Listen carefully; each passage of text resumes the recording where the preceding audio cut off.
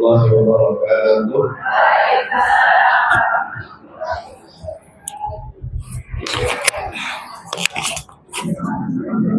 Alhamdulillah wassalatu wassalamu ala Rasulillah wa ala alihi wa sahbihi wa sallama tasliman katsiran wa ba'd. Bimbingan dirahmati Allah, izinkan sebelum saya memulai kajian, kebetulan saya ini jualan, mau iklan. Mumpung ibu-ibu ngumpul di sini kan kesempatan buat iklan. Saya punya produk. Produk ini menarik ya. Ada silver, gold, jannah, firdaus. Apa itu? Pakai umroh bukan ya. Saya mau memperkenalkan pondok pesantren Tahfidzul Quran yang saya rintis bersama teman-teman. Ini sudah tahun ke-10. Alhamdulillah tahun ke-10 sudah berjalan. Lokasinya ada di Gondangrejo, Karanganyar, Mojosongo ke utara. Gondangrejo. Desanya namanya Jeruk Sawit, kampungnya namanya Bendurejo. Pondok pesantrennya namanya Markas Iqra. Ya, kita nyebutnya MTQ Markas Iqra, Ma'had Tahfidzul Quran Markas Iqra. Ma'had Tahfidzul Quran Markas Iqra berdiri 10 tahun yang lalu. Programnya adalah 6 tahun, SMP lanjut SMA. Selama 6 tahun belajar apa saja? Belajar bahasa Arab, belajar menghafalkan Al-Quran, belajar IPA, belajar ilmu syar'i. Jadi belajar matematika, fisika, fikih, nahwu, sorof, biologi dan lain sebagainya. Selain belajar ilmu syar'i juga belajar ilmu bahasa Arab, juga belajar ilmu pengetahuan alam. Jadi lulusannya insya Allah kalau mau belajar ilmu syar'i sudah punya bekal, mau belajar ilmu pengetahuan alam, mau kuliah di kuliah umum juga sudah ada bekal. Alhamdulillah setelah 10 tahun alumni sudah tersebar. Ada yang kuliah di Yaman, ada yang di Turki, ada yang di Universitas Muhammadiyah Surabaya jurusan kedokteran, ada yang di jurusan ilmu komputer, ada yang di jurusan manajemen, ada yang sudah tersebar di berbagai jurusan. Maka mereka ketika lulus di wisuda menghafalkan Al-Quran 30 juz harus, dan sudah harus setoran Al-Quran 30 juz. Dia anak-anak setoran 30 juz sekali duduk 1 hari, ya baru dia boleh lulus. Kemudian program yang ingin saya sampaikan pada pagi hari ini bahwa kami mengajak ibu-ibu semua untuk bergabung menjadi rombongan orang-orang muslim yang melayani Al-Quran, berkhidmat kepada Al-Quran. Dengan apa? Dengan mendukung program-program tahfidz Al-Quran dimanapun berada. Di antaranya di tempat kami. Kami membuka kesempatan buat ibu-ibu semua yang mau ikut andil dalam bahasanya itu proyek strategis. Proyek strategis. Kenapa proyeknya disebut proyek strategis? Ibu santri itu kalau sudah lulus, mereka nggak diem aja. Ada yang ngajar di pondok, ada yang kuliah di luar. Nah, yang kuliah di luar itu ya, seperti alumni yang kuliah di Semarang, di Jogja, itu paginya kuliah tapi sorenya tetap ngajar apa? Ngajar ngaji, ngajar Quran. Maka ibu-ibu kalau ikut andil dalam program seperti ini, bukan program ini saja ya, program seperti ini dimanapun, ya, di pondok manapun, ya, itu sangat strategis. Kenapa? Pahalanya apa? Halus. Mendukung programnya, santrinya didukung, ustadznya didukung, pesantrennya didukung, sehingga santrinya jadi santri yang hafal Quran, dakwah di mana-mana, punya murid. Nanti santrinya ini punya murid, muridnya punya apa? Murid lagi, dan terus begitu sampai apa? Hari kiamat. Belum lagi santri angkatan berikutnya, belum lagi santri angkatan berikutnya, belum lagi santri angkatan berikutnya. Ya. Maka mengikuti program-program seperti ini dalam kehidupan kita itu sangat penting untuk tabungan yang terus berkembang, ya, sampai hari kiamat. Karena manusia itu kalau meninggal akan terputus amalnya kecuali 3. Yang pertama sedekah jariyah. Ini termasuk sedekah jadi berjalan terus. Karena diantaranya akan kami buat untuk membangun asrama. Asramanya selama ditiduri oleh para santri yang menghafal Quran, selama diinjak-injak lantainya oleh para asatidzah yang mengajarkan Al-Quran, dipakai duduk untuk setoran Quran, pahalanya akan terus mengalir.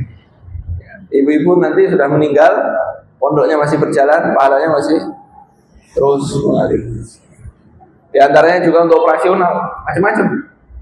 Operasionalnya untuk makan santri, untuk beli mobil pondok, nanti mobilnya nganter ustaz ke sana, nganter santri ke sini. Untuk menutup santri yang tidak bisa membayar SPP. Ada anak yatim, ada anak yang tidak mampu orang tuanya, ya datang ke kita, Ustaz, mau saya tarik anaknya. Kenapa? Saya tidak lagi mampu bayar SPP. Ya, kita tidak tega, ya sudah, jangan ditarik di sini. Dan bayarnya gimana? Gratis. Yang biayain siapa? Ibu-ibu semua. Ya, yang biayain siapa? Ibu semua, patungan. Nah, program ini kami luncurkan, kami canangkan untuk bisa dijangkau oleh kaum muslimin seluas mungkin dengan kemudahan-kemudahan yang diberikan dalam program ini. Cukup ibu-ibu mendaftar dan memilih paket. Ya, mendaftar dan memilih paket. Ada paket silver itu 100.000 per bulan. Ada paket gold itu 500.000 sebulan. Ada paket jannah, 1 bulan 1 juta. Ada paket firdaus, firdaus ala yang tinggi. Ini buat yang semangatnya tinggi-tinggi. Itu 2 juta per bulan. Alhamdulillah, sesudah kita jalankan ke beberapa tempat, ternyata saya tidak menyangka ada yang datang ke saya minta paketnya itu yang lebih dari firdaus. Ada yang 1 bulan 3 juta, ada yang 1 bulan 5 juta, ada yang 1 bulan 25.000, ya. Ada yang 1 bulan 100.000, ada yang 1 bulan 500.000. Ya. Jadi ini paket-paket ini memudahkan saja. Kalau misalnya Ustadz saya mau paket silver double, jadi 200.000 boleh. Ya. Gimana caranya? Cukup nanti ibu-ibu di depan itu ada tim kita, ya, ada tim kita yang sudah siap sedia. Kalau mau ikut, tinggal buka HP, scan. Nanti akan ada formulir isi. Insya Allah setiap bulan nanti akan di WA. Setiap minggu di WA dikirimin tentang doa, dikirimin tentang hadis, dikirimin tentang nasihat-nasihat. Nanti setiap awal bulan akan dikirimi pengingat. Ayo masuk jannah bareng-bareng. Ya. Jangan lupa sedekah bulan ini. Sedekah itu pintunya luas. Tapi sedekah tentang Al-Quran ini yang paling strategis, karena dipakai untuk kepentingan kalamullah, Maka ibu-ibu yang ingin ikut, insya Allah nanti akan mendapatkan brosur seperti ini di depan. Ya. Brosurnya silahkan dibawa untuk ibu-ibu maupun untuk keluarga yang di rumah. Silakan minta brosurnya yang banyak, nggak apa-apa. Tapi jangan banyak-banyak kalau nggak mau dibagikan ya. Untuk bungkus jajanan di rumah nggak boleh. Untuk kita sebarkan ke orang-orang yang mau mengikuti. Cukup nanti di WA dan transfer setiap bulan. Ya. Jadi kita tidak pakai kenceleng lagi, ya. Tapi sudah modern ya, lebih mudah, tinggal transfer. Ya. Dan sekali lagi program ini ya, semuanya akan kembali ke pesantren, tidak akan kembali ke kami. Ya. 100% semua akan dipakai untuk kepentingan pesantren. Untuk apa saja? Yang pertama untuk menopang pembangunan. Karena pembangunan berjalan terus. Alhamdulillah pesantren kami berdiri di atas sebidang tanah lebih dari 1,5 hektar totalnya. Ya. Untuk bangun 1 hektar ini kan juga butuh dana yang besar. Maka kita himpun dari kaum muslimin sebesar mungkin untuk membangun asrama senyaman mungkin untuk santri-santri menghafal Al-Quran. Kemudian juga untuk operasional dapur, ya, untuk operasional kelas, untuk operasional mukafaah guru-guru, sehingga guru-guru mendapatkan mukafaah yang layak dan cukup, sehingga makin fokus untuk mengajar dan mengabdikan dirinya melayani Al-Quran. Karena ibu-ibu, para asatidah itu, para ustadz itu mulai aktivitasnya itu jam 3:30 pagi. Jadi kerja mulainya jam berapa? 3:30 pagi. Kerjanya apa? Jam 3 udah bangun, siap-siap, keliling, bangunin anak-anak, ayo bangun. Kemudian sholat subuh, habis sholat subuh, nyimak sampai jam 6:30 jam. Habis itu pulang, ada istrinya di rumah, ada anaknya, ya ngantar sekolah anaknya, kemudian balik lagi jam 8 sudah ngajar lagi, sampai jam 1:30 jam 2. Nanti asar ya bangunin lagi asar, sholat, nemeni murojaah lagi, nanti maghrib nerima apa? Setoran lagi sampai jam 8 malam. Jadi kerjanya full. Mereka mau berkhidmat kepada Al-Quran demi anak-anak ini menghafal Al-Quran. Dan belum lagi kalau nyimak ujian 6 juz, 5 juz ya. Nyimak 6 juz itu, sekali duduk 6 juz itu lumayan ya. Kalau lancar itu ya lumayan ya. 1 juz itu 20 menit. Berarti berapa? 2 jam. Kalau lancar biasanya 2 jam setengah sampai 3 jam. Itu kalau 6 juz. Nah, kalau ujiannya 30 juz, kadang-kadang itu sampai nyambung 2 hari ya. Capean Ustaz ya. Kadang-kadang santrinya disuruh ayo jam 2 malam, setengah 2 malam udah bangun. Kenapa kok malam-malam? Nanti paginya dia harus ngajar, kasihan ya. Begitulah kita memberikan apresiasi kepada mereka untuk tetap istiqomah dalam mengajarkan Al-Quran. Karena mereka ini ibaratkan mujahid yang ada di garis depan. Mereka yang berperang di garis depan nggak bisa ngopeni santri, yang ngopeni santri juga nggak bisa di garis depan. Maka mereka ini sama-sama dibutuhkan untuk kebangkitan umat ini. Insyaallah dengan jasanya para asatidah di pondok-pondok dimanapun, ya bukan di tempat saya saja, dimanapun, dan juga dengan jasa pejuang yang di garis depan, insyaallah kebangkitan umat bisa kita raih lagi. Maka ibu-ibu, kalau nanti umatnya bangkit, kita tanya, kita andilnya apa? Ya. Jangan nunggu saja. Wah, alhamdulillah sudah bangkit, tapi kita nggak punya andil apa-apa. Kita andil meskipun hanya ngambil paket 100.000 sebulan. Ya, itu bisa jadi bukti apa? Andil kita. Insyaallah mudah-mudahan Allah Subhanahu wa taala berikan keberkahan kepada kita ya, dan kepada harta kita semuanya, kepada keluarga kita semuanya. Mudah-mudahan dari keluarga ibu-ibu yang hadir di sini Allah Subhanahu wa taala takdirkan anaknya atau cucunya dan keturunannya menjadi para hafid-hafid Al-Qur'an. Allahumma amin. Kita mulai kajian kita. Saya insyaallah mulai Rabu ini ya, dan seterusnya akan membaca sebuah buku. Buku ini berisi hadis-hadis tentang fadilah-fadilah dari sunnah-sunnah yang diajarkan oleh Rasulullah SAW kepada kita. Kita itu mengerti banyak syariat, tapi mungkin kita tidak mengerti fadilahnya apa, sehingga semangatnya kurang. Sehingga banyak dari para ulama menyusun buku-buku berupa targhib wa tarhib. Targhib itu iming-iming dan tarhib ancaman.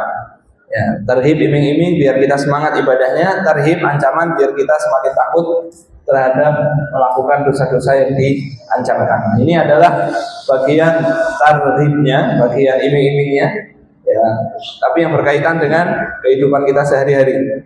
Misalnya wudu, ternyata di dalam wudu itu ada fadilah-fadilah yang besar, ya, yang mungkin kita belum tahu sehingga kita belum melaksanakannya dengan semangat. Misalnya sholat sunnah tertentu ternyata fadilahnya luar biasa. Contohnya misalnya sholat sunnah, siapa yang sholat sunnah 4 rakaat sebelum zuhur dan 4 rakaat setelah zuhur Allah haramkan masuk neraka. Misalnya, ini hadis yang luar biasa.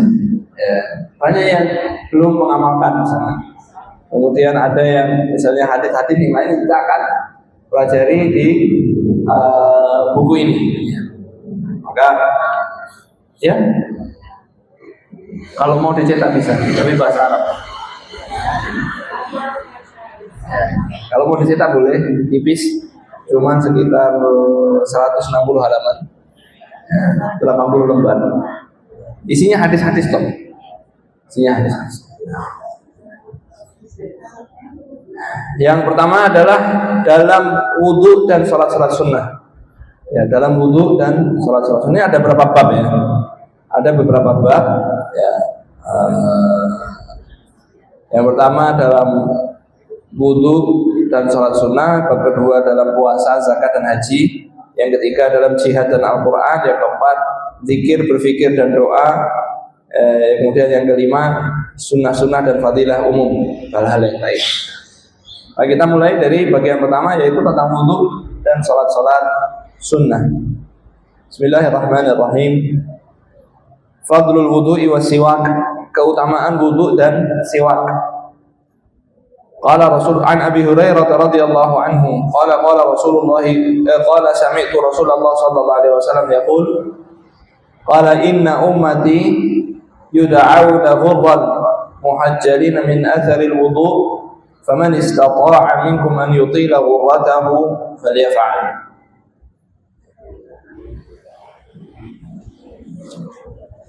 Qala Rasulullah SAW, inna ummati yuda'auna ghurran muhajjalina min atharil wudu.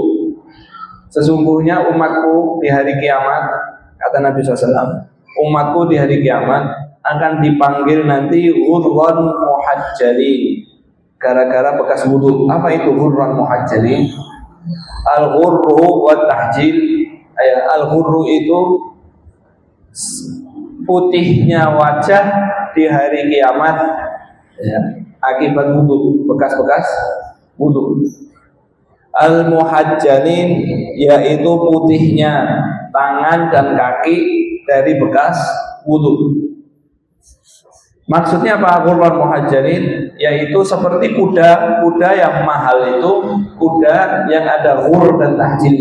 Ghur itu kuda misalnya warnanya coklat, ada belang putihnya di antara dua telinganya dan kaki-kakinya putih. Jadi kudanya coklat atau hitam, tapi di kepalanya di antara dua telinganya ada putihnya belang dan di kaki-kakinya ada putihnya belang. Itu kuda yang sangat disukai, warnanya gagah. Kalau kuda betina cantik, ya, cantik sekali atau bagus sekali. Kita melihat kuda yang seperti itu, maka harganya jadi mahal. Maka umatnya Nabi Muhammad SAW di hari kiamat pun demikian, nanti dipanggil ketika umatnya Nabi Muhammad datang SAW, wajahnya putih bersinar, tangan dan kakinya putih bersinar gara-gara apa? Bekas wudu. Nah, ini fadilah wudu. Qala an Abi Hurairah radhiyallahu anhu, dari Abu Hurairah radhiyallahu anhu, sami'tu khalili Rasulullah, aku mendengar kekasihku yaitu Rasulullah sallallahu alaihi wasallam Ibu kalau dengar kata-kata Rasulullah, kalau dengar kata-kata Muhammad, kalau dengar kata-kata Nabi, kalau dengar kata-kata Nabi Muhammad, apa semua yang berkaitan dengan Nabi SAW langsung harus apa? Bersolawat, jangan pelit. Jangan pelit. Allah SAW al-bakhilu man dzukirtu indahu falam yusolli alayya. Orang pelit itu adalah yang namaku disebut di depannya, dia tidak mau bersolawat kepadaku. Ibu kalau pengen dapat syafaatnya di hari kiamat, kalau dengar namanya langsung apa? Bersolawat. Ya. Pengen dapat syafaatnya atau enggak ibu? Pengen. Nah, nanti kalau dengar qala Rasulullah langsung apa? Sholawat. Jangan pelit. Ya. Langsung sholawat kepada Nabi SAW. Siapa yang sholawat sekali, Allah sholawat kepada dia 10 kali. Allah sholawat kepada kita 10 kali itu maksudnya Allah ngampuni dosa kita 10 kali. Hari ini kita banyak baca hadis, banyak ulang-ulang. Sallallahu alaihi wasallam. Nanti Allah sholawat kepada kita banyak, berpuluh-puluh kali, bahkan beratus-ratus kali. Nah, ya dari Abu Hurairah radhiyallahu anhu qala sami'tu khalili Rasulullah sallallahu alaihi wasallam.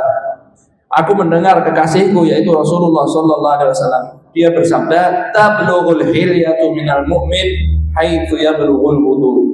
Sesungguhnya keindahan seorang mukmin itu di mana sampai batas wudunya. Jadi kalau kita wudu, maka keindahan tubuh kita di hari kiamat sampai di tempat di mana batas wudu kita. Maka kalau kita wudu hendaknya serius. Kalau kita wudu hendaknya serius. Wa an Utsman bin Affan radhiyallahu anhu qala Rasulullah sallallahu alaihi wasallam, man tawadda'a fa ahsana al-wudu kharajat khatayahu min jasadihi hatta takhruja min tahti adfarihi. Ini hadis yang sangat agung. Qala Rasulullah, siapa yang berwudu fa ahsanal wudu dan memperbagus wudunya.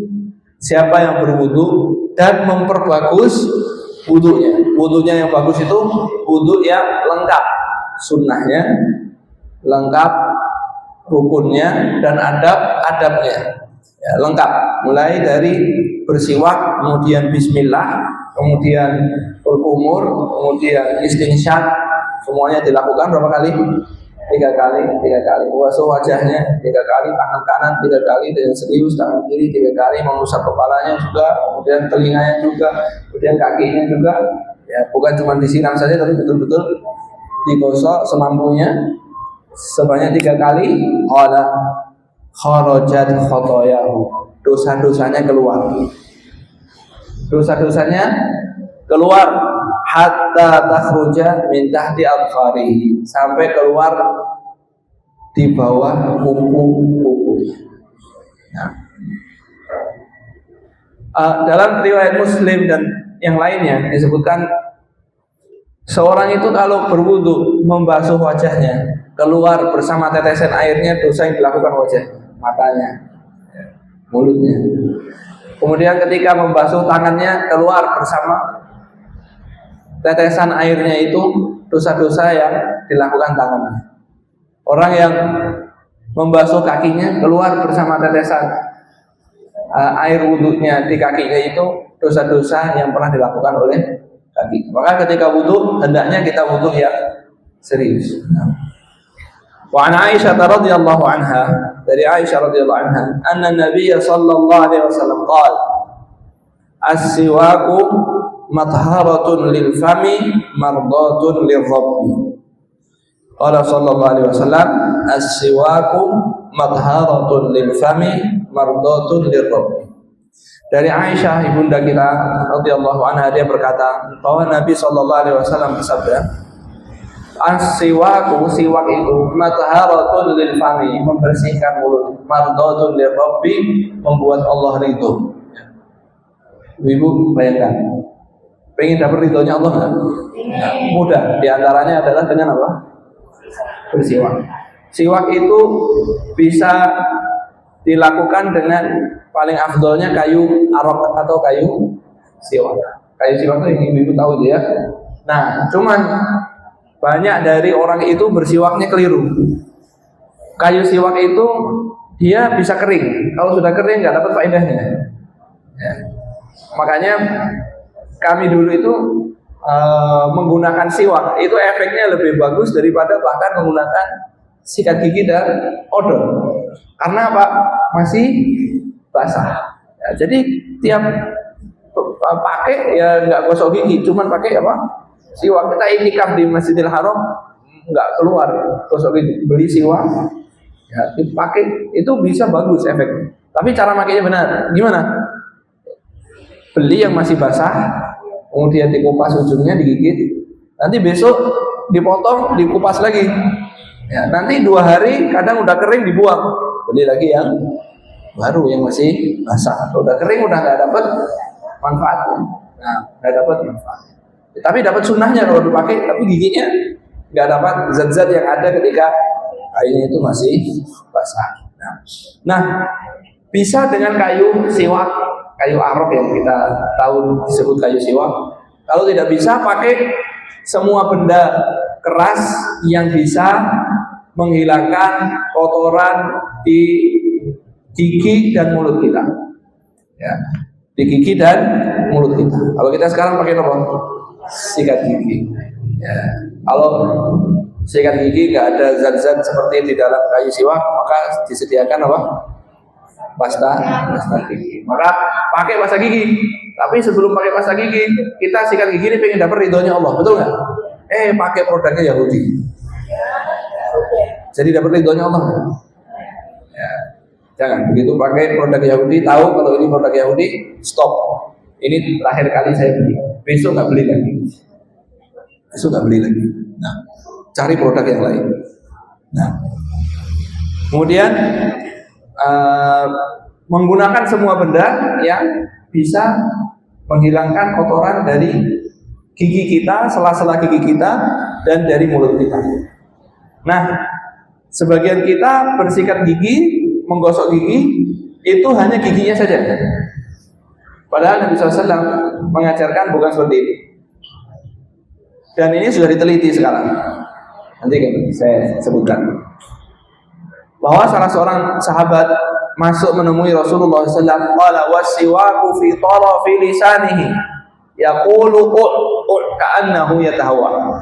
Siwaknya, aku masuk menemui Rasulullah SAW dan siwak ada di ujung lidah dalamnya. Sedang dia makan, lidahnya digosok. Ya, beliau mengatakan ka'annahu yatahawwa, seperti mau mengenang. Ternyata setelah itu diteliti bahwa orang yang gosok gigi itu bau mulutnya berkurang 5-10% saja. Kalau dia menggosok lidahnya, itu bau mulutnya berkurang sampai 90%. Ya, Al-Imam Nawawi menyebutkan dan dianjurkan pula menggosok langit-langitnya. Jadi habis gosok gigi, lidahnya digosok, bersihkan, kemudian langit-langitnya juga dibersihkan. Dengan itu bau mulutnya akan hilang, ya, akan hilang. Nah, tapi jangan terlalu ke dalam, muntah nanti. Nah, siwak ini mudah, gampang, bagus, membersihkan mulut dan bikin Allah Subhanahu Wa Taala ridho. Makanya ketika kita bersiwak, kita niatkan supaya Allah ridho. Allah ridho. Jadi Islam itu mengajarkan kita kebersihan, ya, mengajarkan kita kebersihan. Bab keutamaan menjaga wudu di setiap saat. Qala an Thauban, dari Thauban radhiyallahu anhu qala Rasulullah SAW, istaqimu wa la tumsu wa'lamu anna khayra a'malikum as-salah wa la yuhafidhu 'ala al-wudu'i illa mu'min. Nabi SAW bersabda, istaqimu wa la tumsu. Istiqomahlah kamu. Meskipun kalian tidak mampu istiqomah terus 100%. Istiqomahlah meskipun kamu tidak bisa lurus terus. Wa'lamu anna khaira a'malikum shalah. Ketahuilah sebaik-baik amalan kalian adalah salat. Wa la yuhafidhu 'alal wudu'i illa mu'min. Dan tidak ada seorang yang selalu menjaga wudu kecuali dia orang mukmin. Ini adalah syahadah, kesaksian dari Rasulullah SAW. bahwa orang yang selalu menjaga wudu berarti dia orang apa? Orang mukmin beneran. Menjaga wudu itu mudah nggak? Koyoknya gampang. Begitu batal wudunya langsung segera wudu. Batal wudu, batal lagi wudu. Itu pertama mungkin oke ya. Batal lagi mau wudu lagi mulai apa? Malas. Batal lagi sudahlah, kalau saya belum mau sholat. Memang menjaga wudu ini berat. Makanya diberi apa? Kesaksian bahwa orang yang selalu menjaga wudu maka dia adalah orang mukmin. An Buraidah bin al-Husaybi, dari Buraidah ibn al-Husayb radhiyallahu anhu. Dia berkata, qala asbaha Rasulullah sallallahu alaihi wasallam. Fada'a Bilalan. Suatu hari Nabi sallallahu alaihi wasallam berpagi hari dan memanggil Bilal. Faqala, ya Bilal, bima sabaqtani ilal jannah. Wahai Bilal, kamu itu kok bisa mendahuluiku masuk jannah? Kamu itu kok bisa mendahuluiku masuk jannah? Ini luar biasa ya. Ditanya oleh siapa? Rasulullah. Ma dakhaltul jannata qattun, tidaklah aku pernah masuk ke jannah. Saya dalam mimpi beliau SAW. Kecuali illa sami'tu khashkashataka amami, kecuali aku mendengar suara sandalmu di depanku. Faqala ya Rasulullah sallallahu alaihi wasallam, ma adzantu qattun illa shallaitu raka'atain. Tidaklah aku pernah azan kecuali setelahnya aku salat 2 rakaat. Wa ma asabani hadatsun qattun, tidaklah aku terkena hadas illa tawaddatu indahu, kecuali langsung aku wudu saat itu. Jadi begitu batal langsung wudu. Wa ra'aitu anna lillahi alayya raka'atain, dan aku melihat, aku berpendapat bahwa saya harus melaksanakan setelahnya 2 rakaat lillahi ta'ala. Faqala Rasulullah SAW bihima, ya dengan 2 hal itu. Habis azan bila langsung sholat. Kalau batal wudu langsung wudu terus sholat 2 rakaat. Ringan nggak? Coba. Ringan, cuman wudu, gampang wudu. Coba. Kalau pengen masuk jannah duluan sandalnya, amalkan. Wa an Abi Umamah, dari Abu Umamah radhiyallahu anhu qala, dia berkata, sami'tu Rasulullah sallallahu alaihi wasallam. Aku mendengar Rasulullah sallallahu alaihi wasallam. Mana salawatnya ini? Sudah ya? Jangan lupa ya. Qala man awa ila firashihi, siapa yang berbaring di tempat tidurnya, maksudnya tidur malam, tahiran, dalam keadaan suci dari hadas, yadhkurullah, berzikir kepada Allah, mengingat Allah, hatta yudrikahun nu'as, sampai dia ngantuk terus tidur. Lam yataqallab sa'atan minal lail, tidaklah dia berbalik di waktu di malam hari atau terbangun di malam hari. Sa'alallaha syai'an min khairid dunya wal akhirah illa a'tahu iyyah. Tidaklah dia ketika bangun di malam hari, kalau orang Jawa bilangnya ngelilir, tidaklah dia ngelilir di malam hari kemudian doa minta kebaikan dunia dan akhirat, kecuali pasti dikasih oleh Allah. Ya, ini fadilah apa? Wudu sebelum tidur. Kalau tengah malam terbangun terus doa sama Allah dikasih. Hah? Ya kalau tidur kan pasti batal wudunya. Ya. Akan tetapi itu fadilah yang pas tidur dalam keadaan berwudu, kemudian bangun, ketika bangun berdoa pasti oleh Allah dikasih olehnya apa yang diminta, baik kebaikan dunia maupun akhir. Wa an ibni Umar radhiyallahu anhu, man bata tahiran bata fi syi'arihi malakun fala yastayqidu min lailin illa qala al-malaku Allahumma ighfir li 'abdika kama bata tahiran.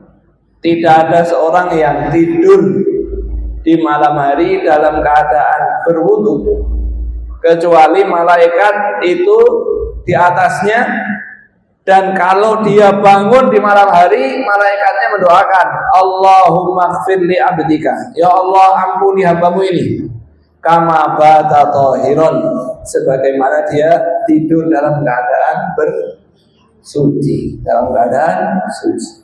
Bayangkan yang doakan siapa? Malaikat. Dijabahi nggak sama Allah kalau malaikat yang doa?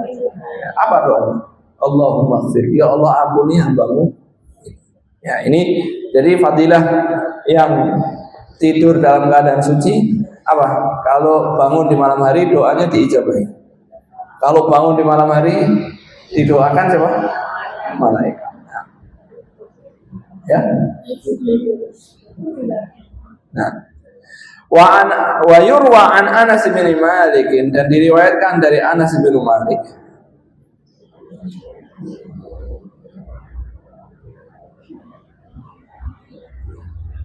Diriwayatkan dari Anas bin Malik,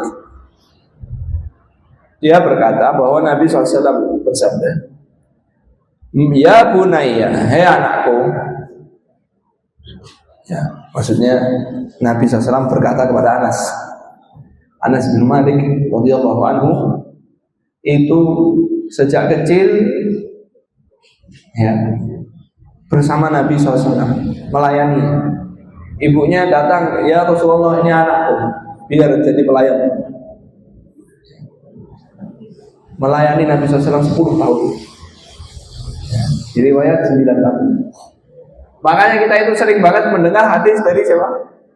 Anas bin Malik. Ya. Pokoknya yang nemani Nabi SAW tidak dapat duit, tapi dapat apa? Ilmu. Abu Hurairah radhiyallahu anhu itu paling banyak meriwayatkan hadis. Abu Hurairah, dia kan? Abu Hurairah itu tinggal di masjid, nggak ada uang, nggak ada kerja, nggak peduli, nggak makan, nggak peduli. Yang penting apa? Kemanapun Nabi SAW dia, sehingga menjadi orang yang meriwayatkan paling banyak. Padahal beliau masuk Islamnya tahun 7 Hijriah.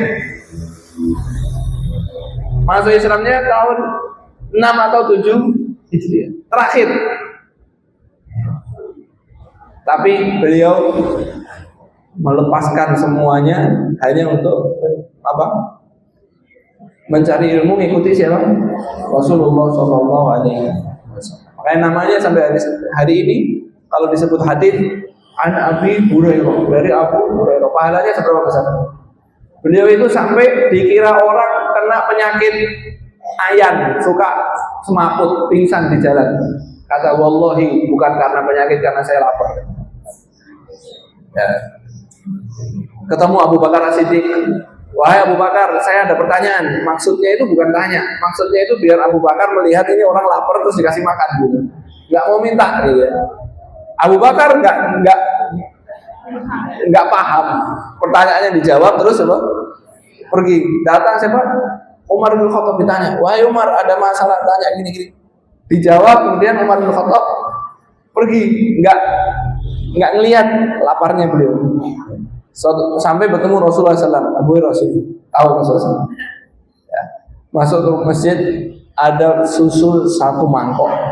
Abu Hurairah panggil ahlu sufah yang tinggal di masjid itu, panggil semuanya. Kata Abu Hurairah, susu segini apa cukup dipakai? Tapi beliau samina, wah susunya cuma semangkok, harusnya buat saya. Tapi disuruh manggil orang banyak. Habis suruh manggil orang banyak, datang semua. Abu Hurairah bilang, mudah-mudahan aku yang pertama. Pengen yang banyak. bilang kasih fulan, kasih. Fulan ini minumnya sampai, waduh, kasih fulan, kasih fulan. Semua minum sampai kenyang semuanya, satu mangkok. Nabi SAW bilang, nah sekarang kamu minum, minum lagi, minum lagi. Sudah minum lagi, minum lagi. Abu Hurairah apa? Minum lagi, minum lagi. Kata Abu Hurairah, ya Rasulullah, tidak ada tempat, sudah penuh. Baru diambil oleh Nabi. Yang memberi minum itu yang paling terakhir minum. Lalu beliau SAW minum. Jadi air susu satu mangkok cukup. Nah, itu Abu Hurairah lapar. Nah, ini Anas bin Malik ya, juga begitu. Oleh ibunya dibawa ke Rasulullah SAW. Ya Rasulullah, ini anak. Ibu-ibu kalau punya anak bawa ke pesantren, titipkan ke kiai, titipkan ke ustaz. Tidak dapat uang, tidak apa-apa. Yang penting hafal.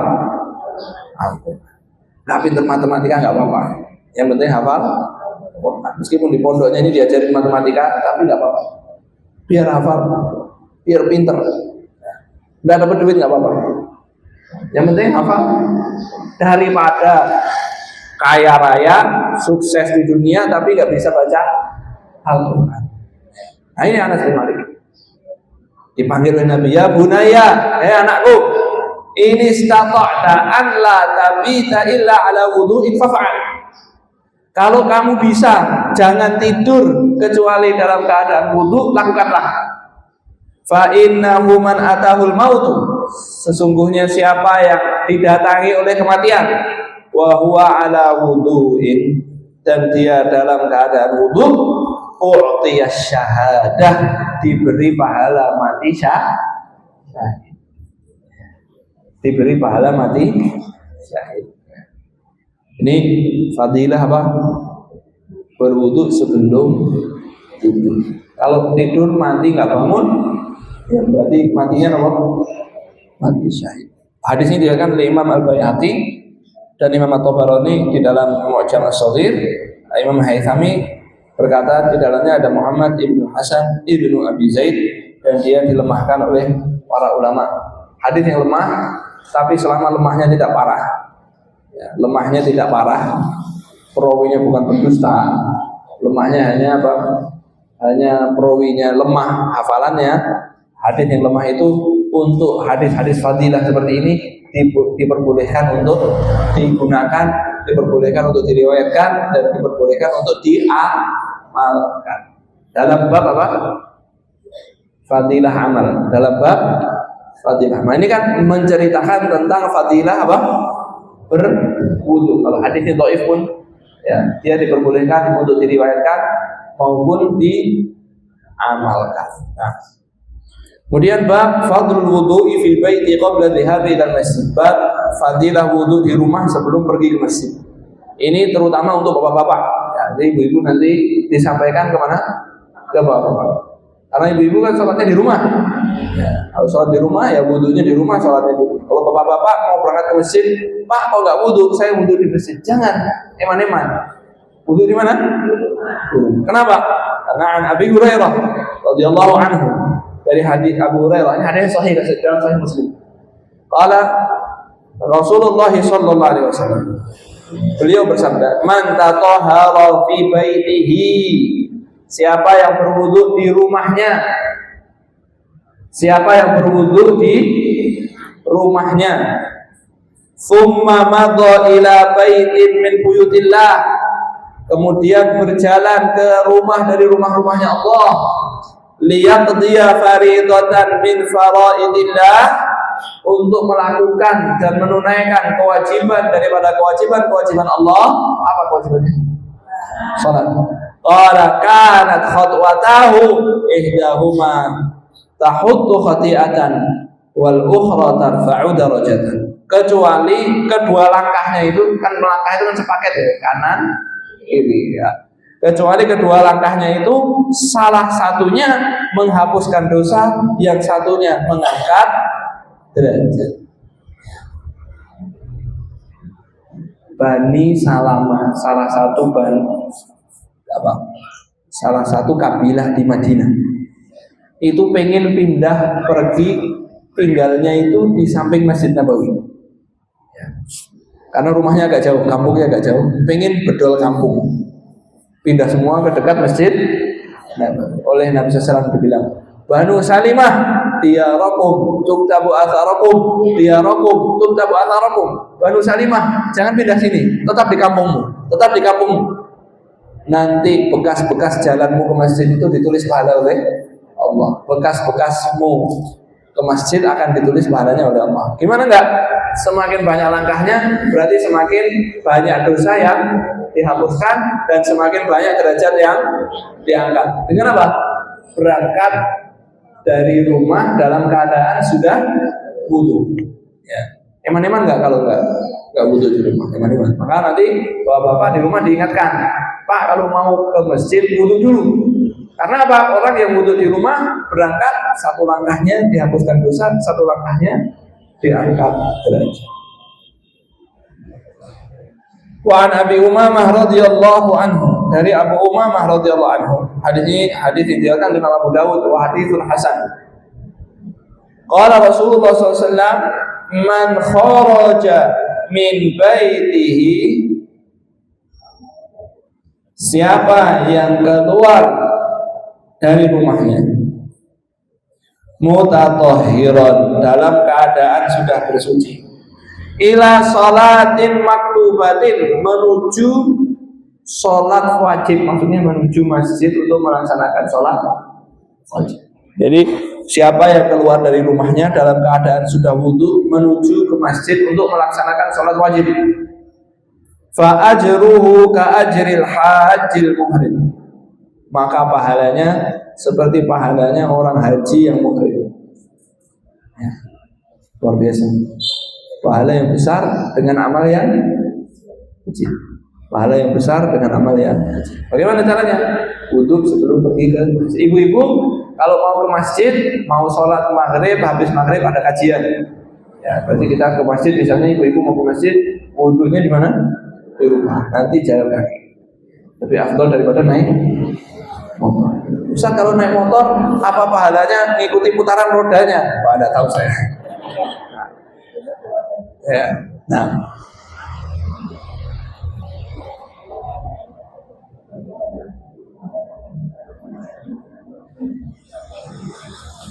Wa an Salman radhiyallahu anhu. Salman siapa? Sahabat Nabi namanya Salman, yang terkenal Salman siapa? Al-Farisi radhiyallahu anhu. Anna Nabi sallallahu alaihi wasallam, bahwa Nabi sallallahu alaihi wasallam bersabda, man tawaddaa wa jaa ilal masjidi, siapa yang berwudu kemudian mendatangi masjid,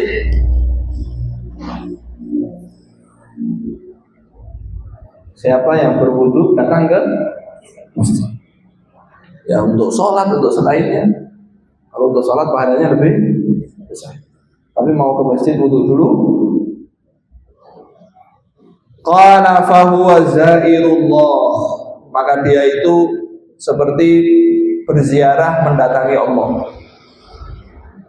Wa haqqun 'alal mazuri an yukrimaz zair, dan pasti bagi orang yang didatangi untuk memuliakan orang yang datang kepadanya.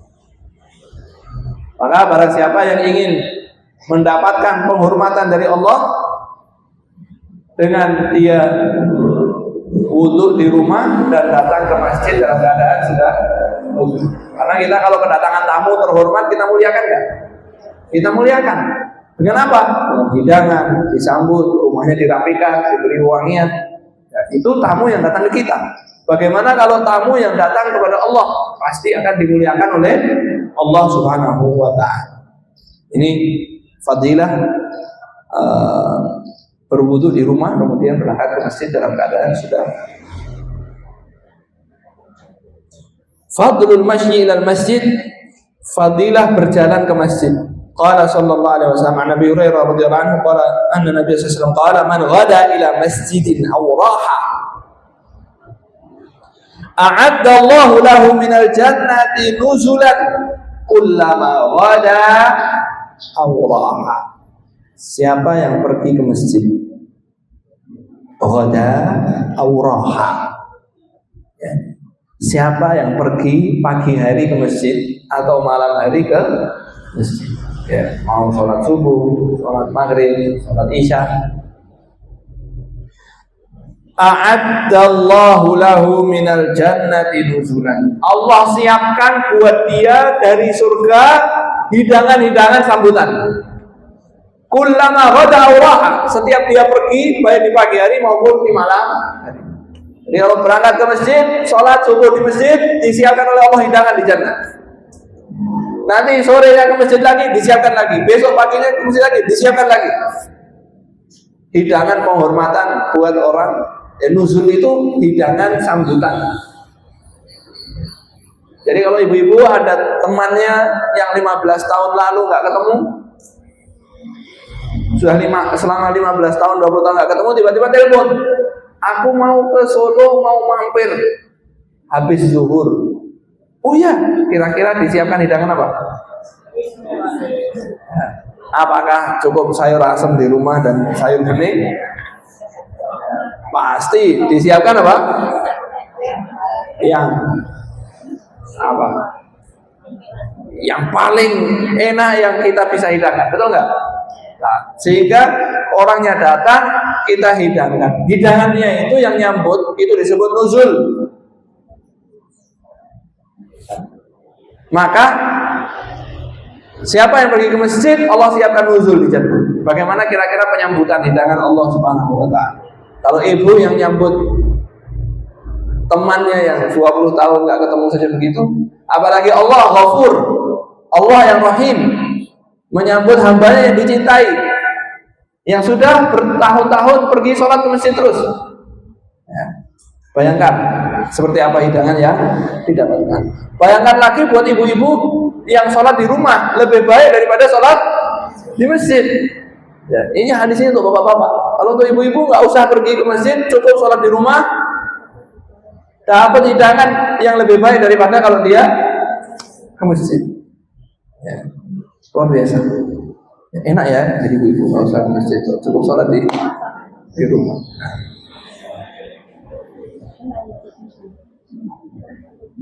An Buraidah, dari Buraidah radhiyallahu anhu, anna Nabiy sallallahu alaihi wasallam Basyirul masya'ina fi dhulami ilal masajidi bi anna lahum bin nurit tami yaumal qiyamah.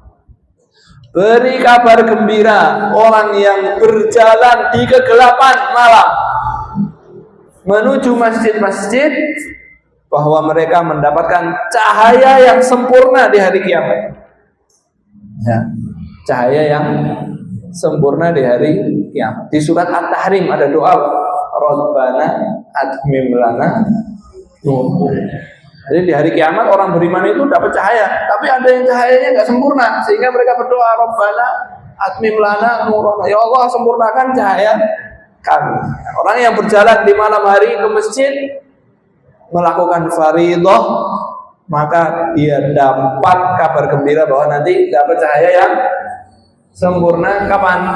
Dari kiamat. Ibu-ibu nggak usah gelap-gelap jalan, cukup sholat subuh di rumah pada waktunya, insya Allah dapat cahaya yang sempurna. Nah, tapi kalau mau ke masjid ya silahkan, nggak boleh dilarang. Nabi SAW mengatakan, la tamna'u ima Allah masajidallah.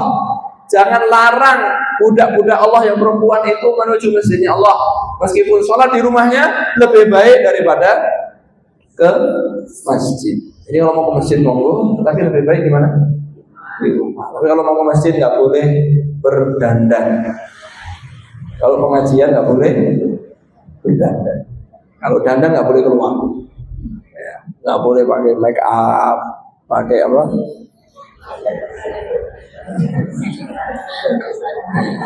Alisnya pakai nggak boleh. Kalau begitu nggak boleh keluar rumah. Haram.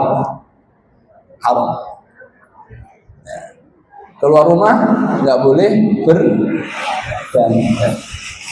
Haram. Kalau mau dandan di mana? Kalau mau dandan di rumah. Pejabat. Pucat. Kenapa kok pucat? Belum sarapan? Belum sarapan kok pucat? Nah, ya kan dandan itu biar kelihatan segar, biar kelihatan cantik, itu biar dilihat suaminya. Kalau dilihat orang pucat nggak apa-apa. Yang penting suaminya pulang ngelihatnya apa? Jangan ketika dilihat orang seger cantik pas dilihat suaminya pucat. Kembali ini urusannya ini ya. Pakai keluar rumah pakai minyak wangi dilarang oleh Rasulullah SAW, nggak apa-apa. Yang penting biar nggak bau, biar orang-orang cium bau. Pas di rumah suaminya. Nah ini yang kembali ibu-ibu ini. Harus kita balik, cara berpikir harus kita. Nabi SAW melarang keluar rumah dalam keadaan berdandan, berhias-berhias. Wala tabarrujna tabarrujal jahiliyatin, tidak boleh tabarruj. Kalau mau pakai lipstik, mau pakai apa? Boleh, tapi di mana? Di rumah, atau keluarnya pakai apa? Cadar, masker, cadar. Pakai cadar nggak mau, tapi pakai masker mau. Aneh ya, ya. Nah, bab thulathiyatu mahwil khataya wa raf'id darajat. 3 hal yang menghapuskan dosa dan mengangkat derajat. An Abi Hurairah radhiyallahu anhu, anna Rasulullah sallallahu alaihi wasallam. Ini nanti saya kirimkan ke panitia. Nanti kalau mau cetak silakan. Ya, ini isinya cuma hadis-hadis saja. Ya, kan bisa nanti dicatat. Ya, dicatat.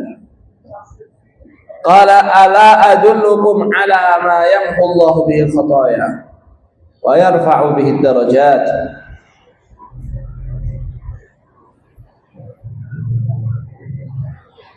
Maukah aku kabarkan kepada kalian yang menghapuskan dosa-dosa dan mengangkat derajat kita? Nabi SAW nanya, maukah aku tunjukkan kepada kalian yang menghapuskan, yang membuat Allah menghapuskan dosa-dosa dan mengangkat dengannya derajat-derajat? Mau nggak itu? Nah, qala bala ya Rasulullah, tentu ya Rasulullah kami mau. Qala isbahul wudu'i 'ala al-makarihi wa kathratul khuta ila al-masajidi wa intidharis salati ba'da as-salah. Fadzalikumur ribat, fadzalikumur ribat. Yang pertama adalah isbahul wudu' 'alal makan, menyempurnakan wudu saat waktu yang tidak disukai. Kapan kita itu nggak senang wudu? Ketika dingin, betul nggak? Pagi-pagi dingin, wudunya pengen ya cepat-cepat. Karena wudunya ingin cepat-cepat, wudunya yang penting sah tapi nggak sempurna. Nah, menyempurnakan wudu saat waktu yang tidak disukai itu pahalanya sangat besar, yang bisa menghapuskan dosa dan mengangkat derajat. Tapi di Solo ini nggak ada waktu makarih ya, waktu yang tidak disukai wudu itu nggak ada. Ya, sedingin-dinginnya itu wudunya itu masih aman, nyaman. Tapi kalau di tempat yang ada musim dinginnya, ya, dulu kita pernah di Son'a, ibu kota Yaman. Kalau musimnya itu di sana cuma 2, musim dingin dan dingin sekali. Karena tempatnya tinggi, sekitar 2.400 atau 2.300 meter dari permukaan laut, sangat tinggi kotanya. Ini dingin dan kering, dan kalau kering itu kulitnya apa? Pecah. Nah, kalau wudu di pagi hari subuh itu luar biasa dingin. Ya. Kadang itu 6 derajat, 7 derajat, 10 derajat. Pernah ekstrim itu sampai 0 dan di bawah 0 derajat. Dingin sekali. Lah wudunya itu pengennya ndang rampung. Begitu kena airnya, cepat-cepat pengen rampung. Ya. Karena kayak es. Ya. Sudah airnya dingin, cuacanya juga. Nah, keadaan seperti itu terus kita berwudu sempurna 3 kali sempurna dengan sunnah-sunnahnya, maka itu pahalanya sangat besar. Qala wa kathratul khuta ilal masajid, memperbanyak langkah menuju masjid. Ibu-ibu cukup sholat di mana? Di rumah. Lebih baik daripada orang-orang yang melangkahkan kakinya ke masjid. Ya, lebih baik daripada yang melangkahkan kakinya ke masjid. Tapi aku yang pengen yang masjid, ya monggo, nggak dilarang, boleh, tapi di rumah lebih baik. Baik. Qala wa intidharus sholati ba'da shalah. Menunggu sholat setelah sholat. Menunggu sholat setelah sholat. Para ulama berbeda pendapat tentang makna menunggu sholat setelah sholat. Ada yang mengatakan menunggu di masjid, menunggu sholat setelahnya.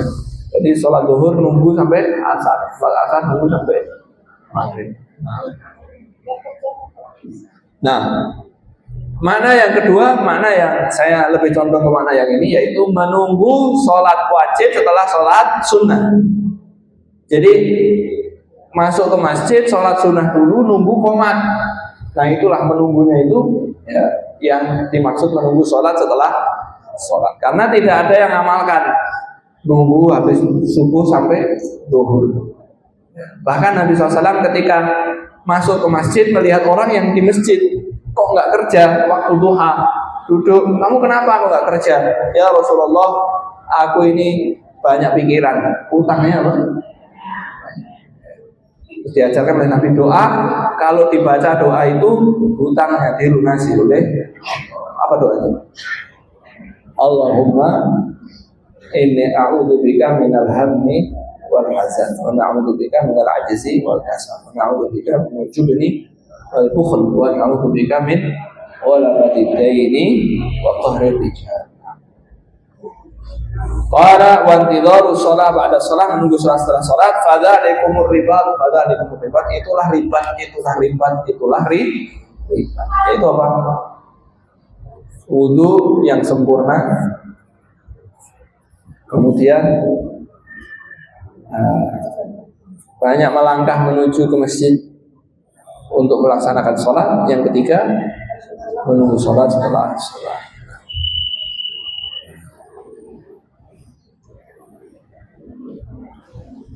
Ini ibu-ibu dirahmati Allah. Bab berikutnya itu bab adzan panjang ya, kita bahas insyaallah di pertemuan yang akan datang ya. Maka kita perhatikan tentang masalah wudu ya. Wudu ini ibadah yang berulang-ulang dalam satu hari. Maka ibu-ibu harus perhatikan nomor satu apa? Tentang hukumnya, tata caranya. Pertama apa? Syaratnya wudu. Airnya harus suci. Tidak boleh ada yang menghalangi air untuk sampai ke kulit. Kemudian syarat-syarat yang lain. Kemudian rukunnya, apa rukunnya? Ya, niat, bagaimana meniatkan wudu, untuk apa wudu niatnya? Kemudian membasuh wajah, membasuh tangan, mengusap kepala, kemudian membasuh kaki. Harus urut. Apa sunah-sunahnya? Bismillah, kumur-kumur, istinsyak. Wudu 3 kali. Wudu 3 kali. Kemudian menghadap sholat 2 rakaat setelah wudu, zikir setelah wudu ya. Ini penting untuk kita pelajari. Kemudian apa? Pembatal wudu, harus kita tahu pembatal wudu. Apa saja pembatal wudu ya. Semua yang keluar dari 2 jalur itu membatalkan wudu misalnya. Kemudian tidur itu membatalkan wudu. Kemudian apalagi makan daging unta itu membatalkan wudu. Ada cicak lewat terus kita lewat. Kenapa kok batal wudunya? Cicak kenapa? Cicak najis, yang bilang siapa? Cicak najis yang bilang siapa? Kotorannya iya. Tapi kalau cicak lewat, kita lewat ya nggak apa-apa. Lagian kena najis itu tidak membatalkan wudu. Terkena najis itu tidak membatalkan wudu. Kalau kena najis ya dibersihkan, wudunya nggak apa. Makanya perlu dipelajari tentang masalah-masalah seperti ini. Karena wudu ini berkaitan dengan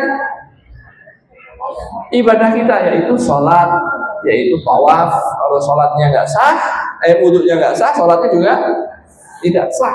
Harus belajar bagaimana berwudhu yang benar. Jangan-jangan sementara ini wudhu kita salah. Wah, istighfarnya harus banyak, betul nggak? Wah, aku sudah 30 tahun, 40 tahun sholat, ternyata wudhuku salah. Yang salah siapa? Salah sendiri kan? Kenapa nggak belajar dari? Maka sekarang mumpung diberi waktu, kalau ada kajian tentang fikih itu datang. Kajian tentang fikih itu datang, penting. Kalau biasanya kajian tentang rumah tangga rame, gitu ya. Begitu kajian tentang fikih wudu, yang datang cuma sedikit. Kenapa? Wudu nggak penting. Padahal ternyata wudunya salah misalnya, harus diperbaiki. Karena wudu ini ternyata ibadah yang punya fadilah yang sangat besar. Karena punya fadilah yang sangat besar, harapannya setelah kita mengerti fadilahnya, kita bisa melakukan dengan lebih semangat lagi, kita bisa melakukan dengan lebih perhatian lagi, dan lebih mengharapkan pahala dari Allah, dan lebih ikhlas lagi. Insyaallah di pertemuan berikutnya kita akan membahas tentang masalah fadilah adzan, kemudian shaf awal, kemudian fadilah menjawab dan mengikuti adzan, ya. Kemudian fadilah tentang shaf salat, dan mulai fadilah salat jamaah. Nah. Baik, apa? Enggak dengar. Makan daging kambing batal enggak wudunya? Tidak. Yang batal hanya makan daging unta. Kalau makan daging unta wudu. Kok bisa? Nabi SAW bilang. Nabi SAW bilang kalau makan daging unta batal wudunya. Allah. Kok lucu? Enggak ada yang lucu, syariat Nabi SAW. Nah.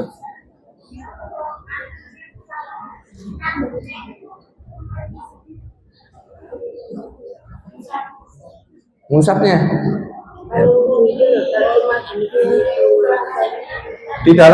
di luar jilbab. Kan lewat dalam sini kan bisa. Masukkan sini, diusap. Nah, mengusapnya sebagian kepala boleh, tapi afdolnya semua kepala. Ustaz, jilbab saya udah gini-gini, gubet-gubet begini. Ya salahnya sendiri. Sampai yang gubet-gubet kok saya suruh mikir.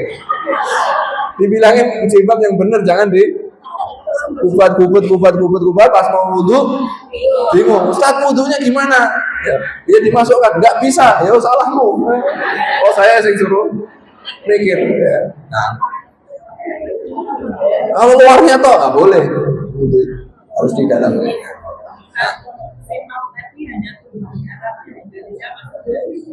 Siwak itu kalau kayu arok memang yang tumbuh di padang pasir. Tapi kalau siwak yang model lain pakai sikat gigi, pakai itu ya di mana-mana ada. Ya, bisa beli. Bisa berlaku pakai siwaknya itu atau pakai benda lain yang bisa menghilangkan kotoran di giginya dan di mulutnya. Bisa dipakai sikat gigi dan pasta gigi. Ya. Allah a'lam. Siwak yang sudah kering kenapa? Ya. Gimana makainya? Ya sama, pakai aja. Tapi dia kalau kita meniatkan sunnah, insya Allah dapat pahalanya. Tapi kalau kita mencukupkan pakai itu, nanti giginya sakit lama-lama, keropos. Karena zat-zat yang dibutuhkan sudah apa? Hilang. Nah, Allah a'lam.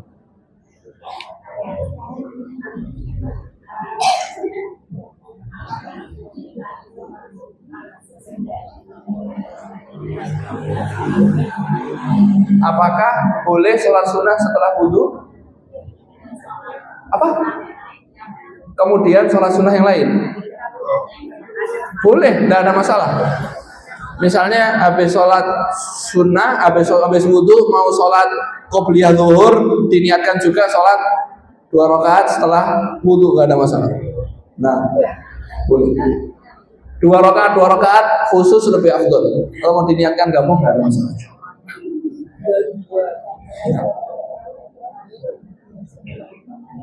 Cukup ya? Terima kasih. Jazakumullah khair. Kembali saya ingatkan, insyaallah di depan ada tim dari di depan ada tim dari Ma'had Tahfidzul Quran Markas Iqra yang akan membagikan